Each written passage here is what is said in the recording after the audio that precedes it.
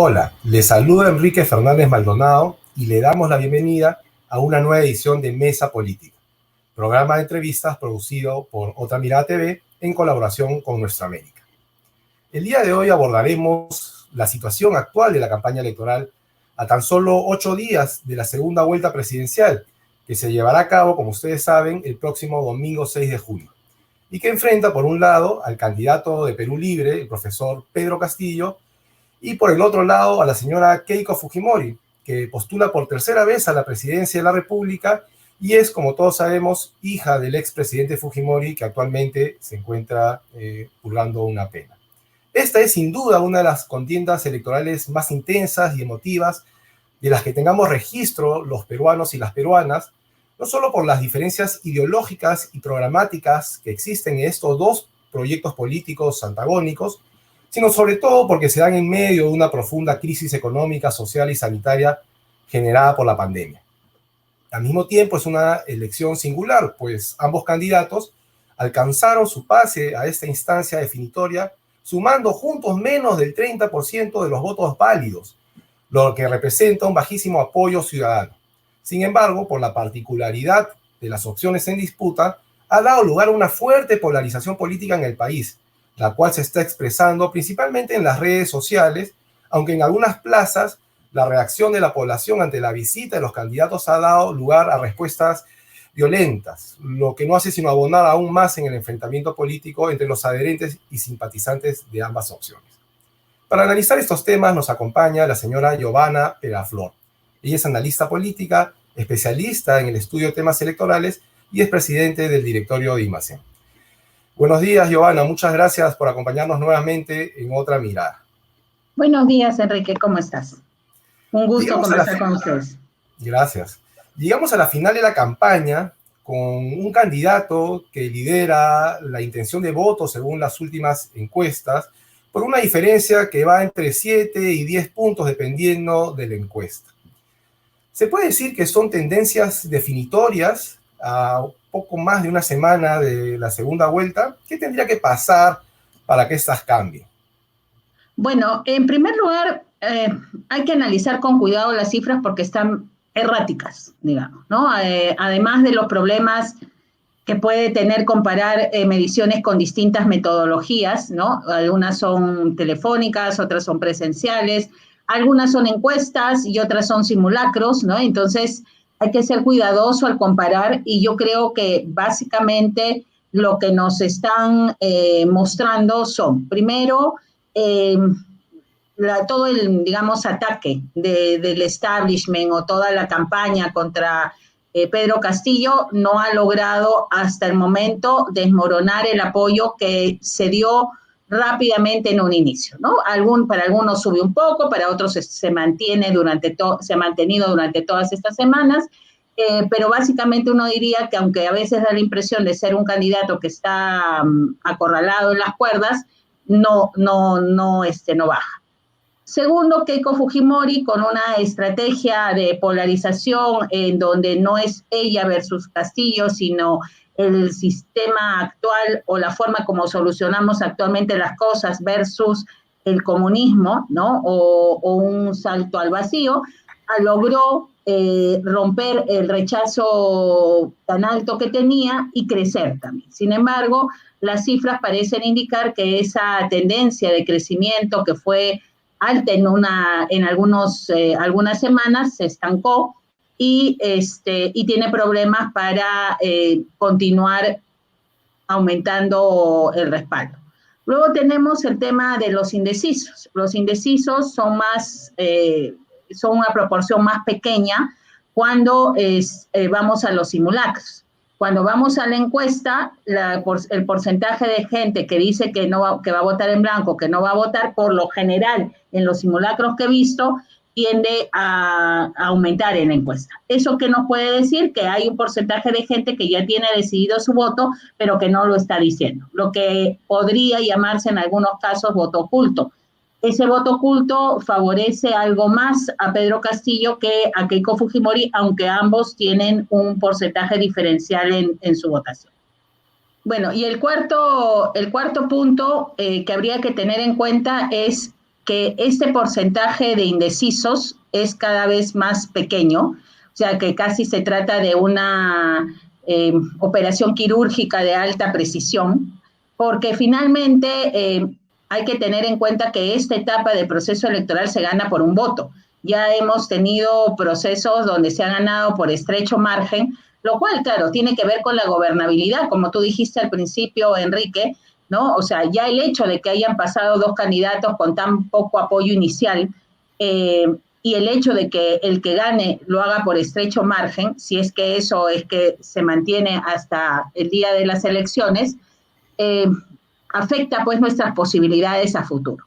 Y por último, tener en cuenta que nada está dicho hasta que no se realicen las elecciones, porque hay que ver que la última semana de la campaña es un espacio corto en términos de días, pero muy intenso en términos políticos.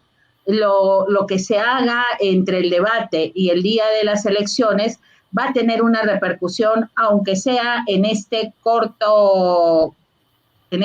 brecha que está conformada por los indecisos. Giovanna, ¿tú consideras, conociendo a profundidad el electorado peruano, que esta elección, por las características que viene adoptando, se define por el voto de los indecisos, el voto que ya, digamos, ha manifestado a favor de Pedro Castillo o de Keiko Fujimori, es un voto que ya se da por contado para los candidatos y serían los indecisos este porcentaje que en algunas encuestas entre los que van a votar blanco o nulo y los indecisos suma 30%, en la del IEP suma 17%, pero ahí es donde se resuelve esta elección, ¿se puede afirmar eso? Claro, y en los simulacros es menos, ¿no? En los simulacros, si no me equivoco, está alrededor de 14 o 13 en algunos que he visto. Entonces, hay que tener en cuenta que normalmente en todos los procesos de segunda vuelta que hemos tenido, el porcentaje de votos blancos y viciados es 7 u 8, lo que querría decir que en realidad estarían por definir 6 o 7% de la población. Creo que en realidad este es el segmento, el público objetivo primario de los candidatos. Hay indudablemente un voto blando en uno y otro lado, pero esta campaña de polarización lo que suele hacer es que hace que las personas que ya han tomado una posición no oigan, ¿no? O sea, no escuchen al otro, ¿no? No estén dispuestos a analizar las posiciones de los otros y que se desarrollen discursos totalmente antagónicos, ¿no? Como, por ejemplo, ha ocurrido con los lamentables hechos del Braille. Analicemos el carácter que han adoptado la campaña de ambos candidatos. Este es un proceso electoral atípico, como hemos dicho, se da en medio de una pandemia, lo cual limita la movilización, el tránsito de las personas, aunque hemos visto también que se han dado concentraciones en algunas ciudades. Tampoco se está utilizando, como en anteriores campañas, la publicidad televisiva en medios masivos de comunicación, y básicamente se ha dado en lo que hoy se conoce como las redes sociales. Entonces, en ese sentido, Giovanna, yo te quería preguntar, ¿qué consideras tú que ha funcionado en la campaña electoral de Pedro Castillo y de Keiko Fujimori y qué no ha funcionado y que estaría explicando esta suerte de techo al cual estaría llegando, por un lado, la candidata de Fuerza Popular y el repunte o la recuperación de Pedro Castillo en estas 2 últimas semanas, luego de tener una ventaja de casi 20 puntos en la preferencia electoral, se redujo en algún momento a 10 o menos puntos y ahora parece que se mantiene esta diferencia. Comencemos por Keiko Fujimori. Bueno, en el caso de Keiko Fujimori tiene una campaña muy intensa, ¿no? Que no será publicidad. Y bueno, que ese es parte del problema, porque por lo menos cuando la gente ve publicidad está premunida, ¿no? Sabe, este mensaje está haciéndose para convencerme, para persuadirme. Cuando la gente ve un programa como Esto es Guerra y le hacen política a través de Esto es Guerra, entonces está como con las defensas un poco más bajas, ¿no es cierto? O sea, es decir, teóricamente está más susceptible. Entonces, hay que ver que la campaña pro Keiko Fujimori, no sé qué tan articulada haya sido, pero sí ha sido como un bulldozer, ¿no? En el sentido de que ha habido en vías públicas con esta campaña de no al comunismo, que ha habido mucho en prensa y apareciendo como, digamos, información y no siempre como opinión. Ha estado en programas no políticos, que suele ser uno de los elementos claves. Mencionaba Esto es Guerra, ¿no es cierto?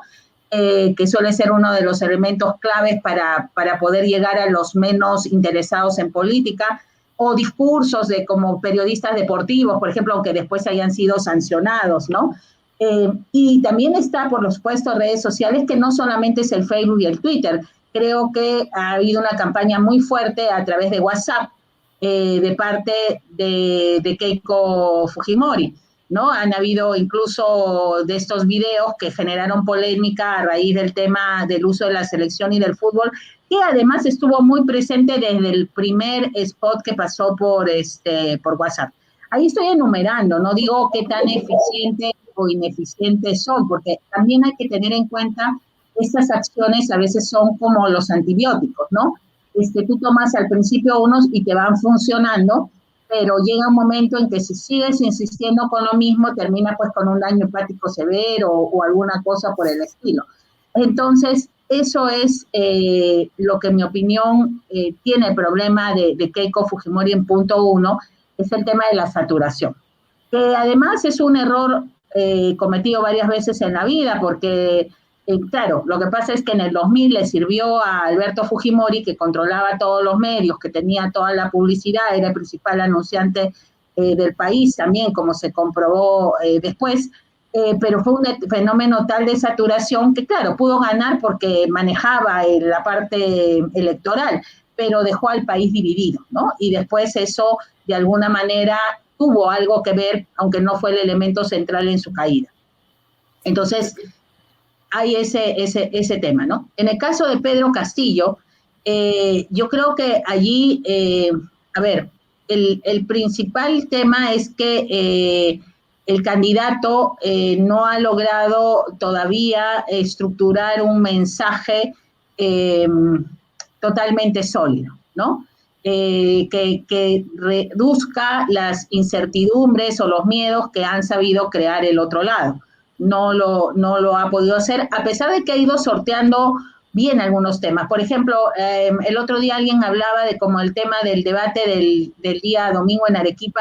Es descentralizado, perdón. El primer debate fue mucho más descentralizado, o sea, fue totalmente al margen del establishment político natural en las elecciones al realizar, ¿no? Entonces, lo menciono porque mucha gente parece que lo hubiera echado tierra, o sea, ese debate no existió, no se dio, no apareció, y la verdad es que sí tuvo impacto, y además un impacto, en mi opinión, simbólico, ¿no? Entonces, digamos, un personaje que aparece a veces como lleno de imprecisiones, para poner la palabra, para usar esa palabra, o de errores de cálculo en sus gestos, tiene cosas como ese debate que en mi opinión tuvo un efecto positivo para él y que de alguna manera pues neutraliza este mensaje de no quiere hablar, no quiere decir, porque hubo un debate, ¿no? Creo que definitivamente se nota también las diferencias en términos de magnitudes entre un lado y otro. Incluso hay pues esta comunicación creo que fue Pedro Cateriano, no sé qué, hablando de las enormes inversiones que había hecho Castillo en medios, en redes sociales, ¿no? Entonces, realmente creo que también allí se ve la magnitud, pero hay que ver también algo que decía sobre las redes sociales que a mí me parece importante tenerlo. Funcionan mucho mejor para vender cosas a la gente que está dispuesta, interesadas a comprarlas, ¿no es cierto?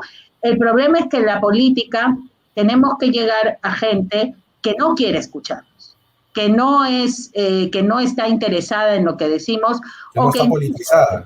Claro, que no le interesa lo político, ¿no? Porque de alguna manera ha generado una distancia con la clase política, con lo político, y entonces para eso creo que las redes tienen limitaciones. Claro, hay 80.000 artilugios y 80.000 cosas que hacen, pero no es pues el único elemento, sino hay una serie de cosas que hay que considerar. Sí, tú señalaste en esta última intervención algunos elementos que son disruptivos en una campaña electoral, como esta saturación por el lado de uno de los candidatos alrededor del fantasma del comunismo y en algunos casos alrededor de lo que se ha venido a llamar el terruqueo, es la asociación libre entre una opción política y lo que significó la guerra interna y el terrorismo en nuestro país.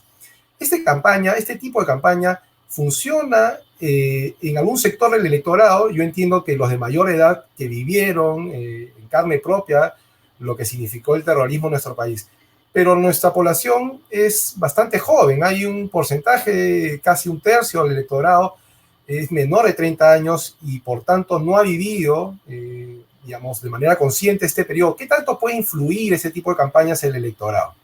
Bueno, yo creo que sí influye y lamentablemente porque está poniendo esto de manifiesto que no logramos superar ese triste, ¿no es cierto?, violento episodio de nuestra historia y que resulta bastante fácil activarlo cada 5 años, no sé hasta cuándo, ¿no? Eso creo que afecta, puede ser un poco más a la gente mayor, pero creo que en realidad está más estratificado socialmente, ¿no? O sea, es decir, a la gente de clase alta, ¿no es cierto?, de Lima, la imagen de Tarata es muy fuerte, mientras que probablemente en los sectores populares, rurales, ¿no?, las matanzas de uno y otro lado estén igualmente no borradas, ¿no? Entonces, no hemos podido hacer, creo que yo, un balance.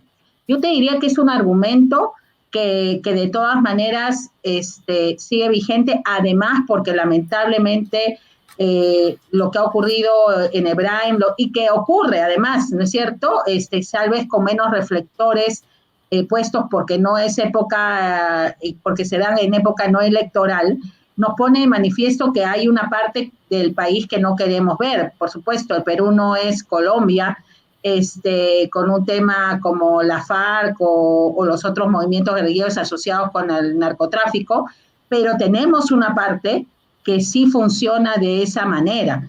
El que el narcotráfico opera y manda, y donde el Estado es más débil todavía que en otras partes del país. Claro, si podemos olvidarlo de aquí a la siguiente elección, lo vamos a hacer. Eso es lo que hemos venido haciendo desde el año 90, porque ni siquiera, primero era porque el terrorismo era más importante, luego se venció el terrorismo, porque lo dice todo el mundo, ¿no es cierto? O sea, no sé, con la captura de Abimael Guzmán se comenzó a vencerlo y no ha llegado nunca el momento de solucionar ese problema, y en estas zonas en las que se han intentado muchas cosas con resultados bastante relativos, como podemos ver. Para ir cerrando esta entrevista, yo quería consultarte, Giovanna, por cuáles consideras tú que serán los clivajes principales que definan las preferencias electorales en nuestro país.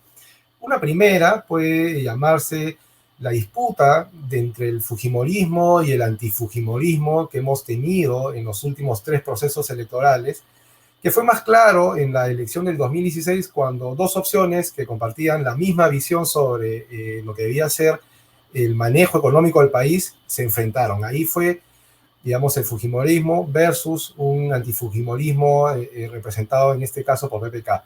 En esta elección, ¿cuál será el clivaje que más pese en las preferencias electorales?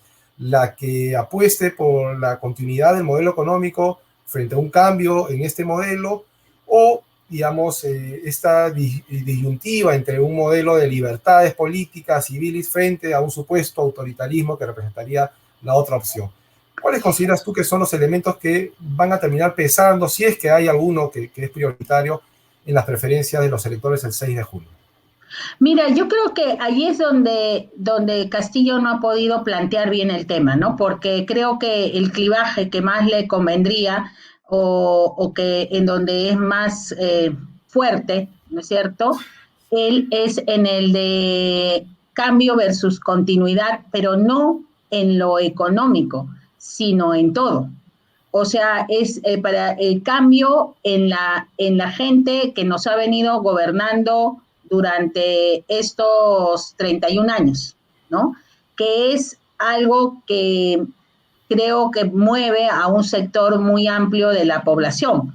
O sea, es decir, nuevos rostros, gente que represente otros intereses, no los mismos que han venido tomando las decisiones durante todo este tiempo, ¿no? Y que va más allá incluso de Keiko Fujimori. Y porque allí Keiko Fujimori tiene, pues, no solamente gente del 90 al 2000, ¿no?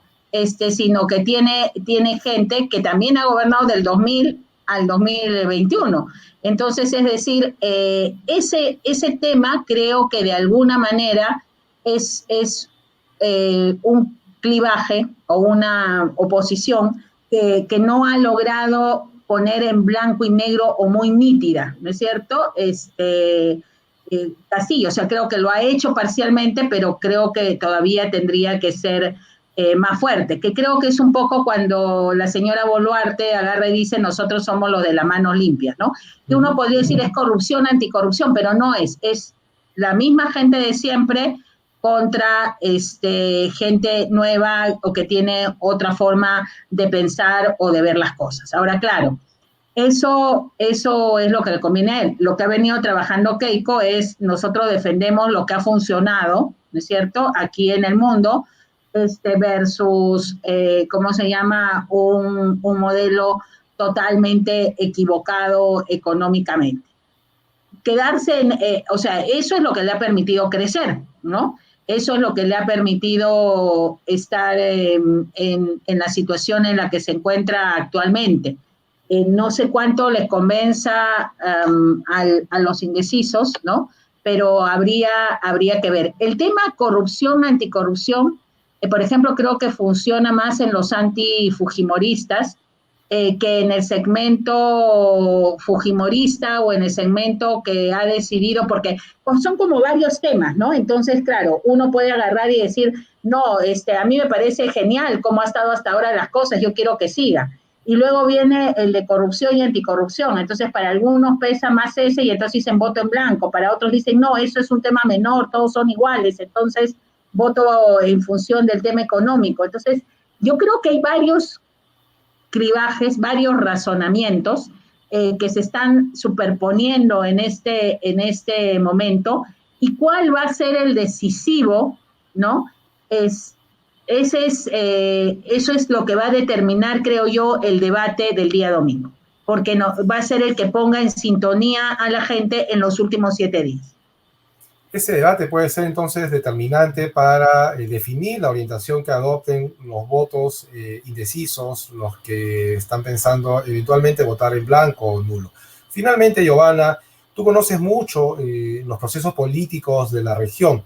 Yo quería preguntarte si consideras que lo que ha sucedido en Chile, que acaba de realizar, digamos, un referéndum o un proceso electoral para elegir una asamblea constituyente, para cambiar la constitución de Pinochet, y lo que ha sucedido en Ecuador con la elección del presidente Lasso, son elementos o factores que pueden influir en la votación de los peruanos. Suelen jugar un rol procesos electorales que se dan casi en simultáneo de los países limítrofes.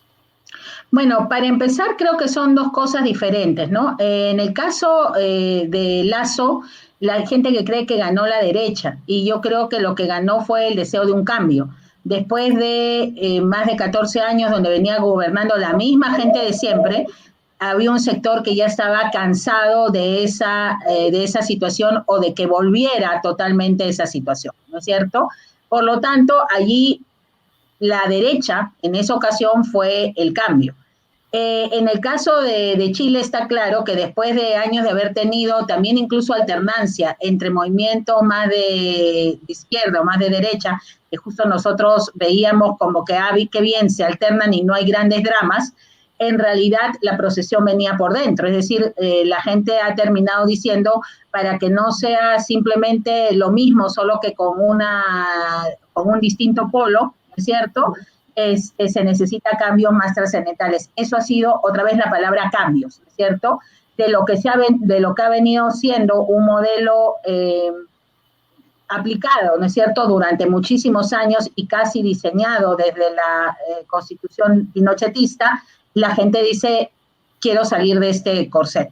Es también el proceso en el que se encuentra Colombia, ¿no? En la discusión de si salen por fin del tema uribismo, antiuribismo y los problemas de Uribe a resolver los problemas de la gente. Y otra vez se habla del cambio de nombre, de que dejen de ser presidentes los delfines, los hijos de, los hermanos de, los tíos de o sobrinos de, que eso implica también una demanda de cambio. Entonces, yo creo que eso es lo que hay. En Bolivia hubo también eso, cansancio con Evo, un deseo de probar otra cosa. Lamentablemente la clase política, o sea, lamentablemente para ellos, ¿no es cierto? Los que buscaban ser alternativa a Evo Morales lo hicieron mal y la gente volvió a lo que conocía, como pasó en Argentina.